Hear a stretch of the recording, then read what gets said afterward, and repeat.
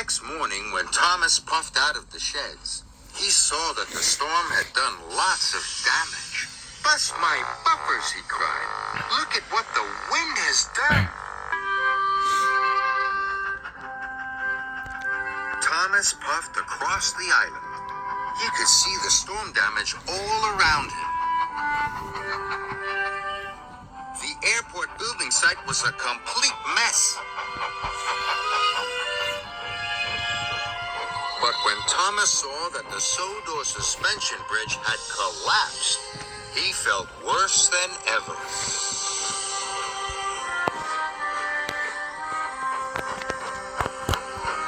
That morning, Sir Topham Hatt came to see the engines.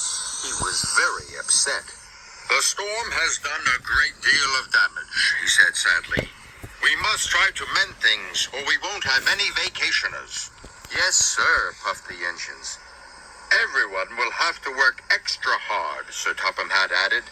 "Otherwise, we won't be able to open the airport." "Will Tidmouth sheds be fixed too?" peeped Percy. "Only after we have finished all the other jobs," Sir Topham Hatt said firmly. Thomas arrived at the bridge with all the workmen, but Diesel was already there. "I'm not talking to you," oiled Diesel. "You played a trick on me. You gave me bananas." "Well, I'm not talking to you either," huffed Thomas. Harvey cleared the tracks, but Harry and Bert didn't talk to him. "Stinky Steamy's made us late," Harry grumbled. Edward and Henry brought bricks to the airport building site. And they didn't talk to Diesel either. "The Diesels ruined our sheds," Edward pouted. The Diesels weren't talking to the steam engines. And the steam engines weren't talking to the Diesels. They were all cross. Later, Thomas came across Diesel 10 again. Diesel 10 was helping to clear the blocked tracks. His giant claw lifted the heavy metal into freight cars.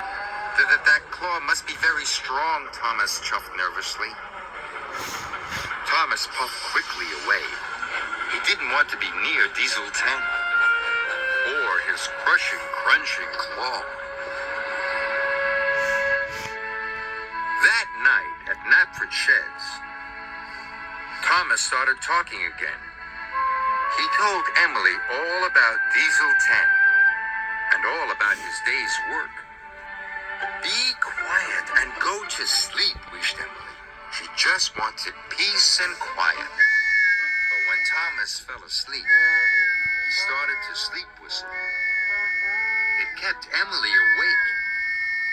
Emily really wished Thomas could go back to Tidmouth Sheds.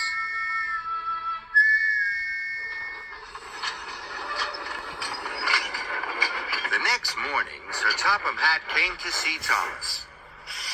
"Thomas, the new section for the suspension bridge has arrived," Sir Topham Hatt said. "You must take it from Brendam Docks to the bridge."